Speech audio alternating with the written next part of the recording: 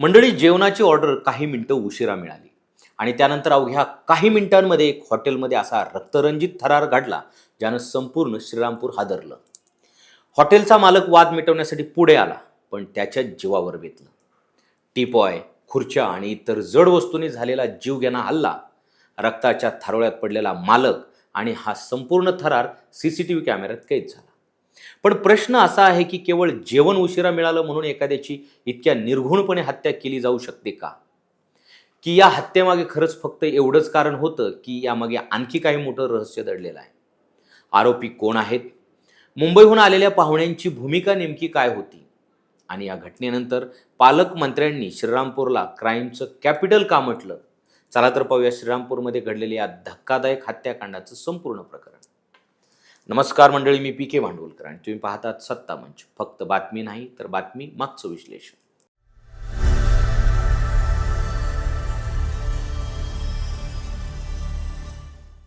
मंडळी, ही घटना आहे अहिल्यानगर जिल्ह्यातील श्रीरामपूर शहरातील श्रीरामपूर नेवासा मार्गावरील हॉटेल लक्ष्मीनारायण आणि लॉजिंग येथे भर दिवसा हा थरार घडला. या हॉटेलचे मालक होते 34 वर्षीय आकाश चंद्रशेखर उर्फ शेखर व्यंकटरमण दुवैया.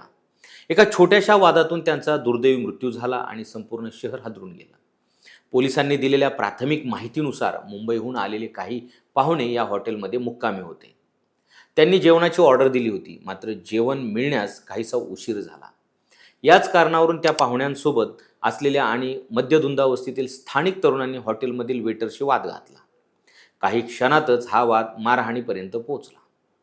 हॉटेलमधील गोंधळ पाहून मालक म्हणून आकाश दुवैया मध्यस्थी करण्यासाठी पुढे आले, पण त्यांच्यावरच हल्लेखोरांनी टीपॉय, खुर्च्या आणि इतर जड वस्तूंनी जीवघेणा हल्ला केला. त्यांच्या डोक्यावर आणि चेहऱ्यावर गंभीर मार लागला. रक्ताच्या थारोळ्यात कोसळलेल्या आकाश यांना तातडीने साखर कामगार रुग्णालयात नेण्यात आलं, मात्र डॉक्टरांनी त्यांना मृत घोषित केलं. मंडळी, या हल्ल्यात आकाश यांचे चुलत भाऊ कुणाल दुबैया आणि वडील शेखर दुबैया यांनाही मारहाण करण्यात आली. दोघेही जखमी झाले. विशेष म्हणजे वडील पुण्यावरून नुकतेच हॉटेलमध्ये पोहोचलेले होते. मुलाला वाचवण्याचा प्रयत्न करत असतानाच त्यांच्यावरही हल्ला करण्यात आला. या संपूर्ण घटनेतील सर्वात महत्त्वाचा पुरावा म्हणजे हॉटेलमधील सीसीटीव्ही फुटेज. संपूर्ण हल्ला कॅमेऱ्यात कैद झाला आहे. याच फुटेजच्या आधारे पोलिसांनी तातडीने कारवाई करत सूरज जाधव, यश जाधव आणि ओम डफळ या तिघांना ताब्यात घेतलं. मुख्य आरोपी सूरज जाधव स्वतःही जखमी झाला असून त्याच्यावर पोलीस बंदोबस्तात उपचार सुरू आहेत. मात्र मुंबईहून आलेले दोघे पाहुणे अद्याप फरार असून त्यांचा शोध सुरू आहे. तपासादरम्यान आरोपींबाबत काही धक्कादायक माहिती समोर आलेली आहे. मुख्य आरोपी सूरज जाधव यांची चिकन टिक्क्याची गाडी आहे. यश जाधव त्यांच्याकडे काम करत होता, तर ओम डफळ हा सेवा नर्सिंग स्कूलमध्ये शिक्षण घेत असल्याचं समोर आलेलं आहे.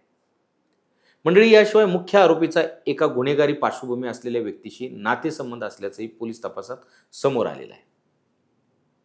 घटनेनंतर फॉरेन्सिक टीम, स्थानिक गुन्हे शाखा आणि वरिष्ठ पोलीस अधिकारी घटनास्थळी दाखल झाले.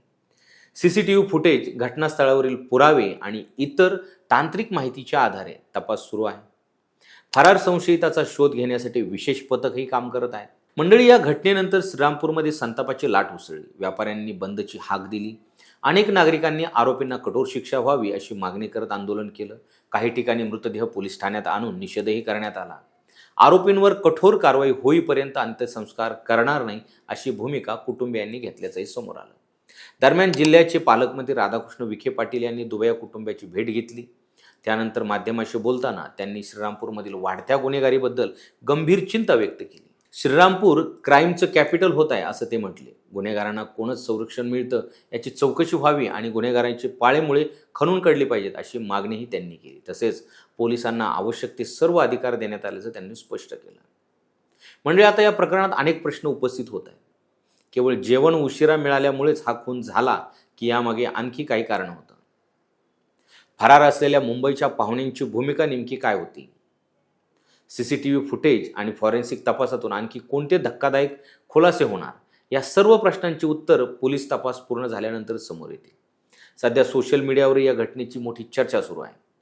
व्यापारी आणि नागरिक आरोपींना कठोर शिक्षा देण्याची मागणी करत आहेत. मात्र कोणत्याही गुन्ह्यात अंतिम सत्य तपास आणि न्यायालयीन प्रक्रियेनंतरच समोर येतं. त्यामुळे अफवा आणि अपूर्ण माहितीवर विश्वास न ठेवता अधिकृत तपासाच्या निष्कर्षांची प्रतीक्षा करणं महत्त्वाचं आहे. एका क्षुल्लक कारणावरून एका कुटुंबाचा आधार कायमचा हिरावला गेला, एका तरुण उद्योजकाचा जीव गेला आणि संपूर्ण श्रीरामपूर हादरलं. आता या प्रकरणात पुढे काय घडतं, फरार आरोपी कधी सापडतात आणि तपासातून आणखी कोणते खुलासे होतात याकडं संपूर्ण राज्याचं लक्ष लागेल. तुम्हाला या संपूर्ण प्रकरणाबद्दल काय वाटतं? वाढत्या गुन्हेगारीवर आणखी कठोर कारवाई होणं गरजेचं आहे का? तुमचं मत आम्हाला कमेंटमध्ये नक्की सांगा. आणि अशाच प्रकारच्या अपडेट्ससाठी सत्ता मंच या चॅनलला सबस्क्राईब करा आणि इंस्टाग्राम अकाउंटला फॉलो करा.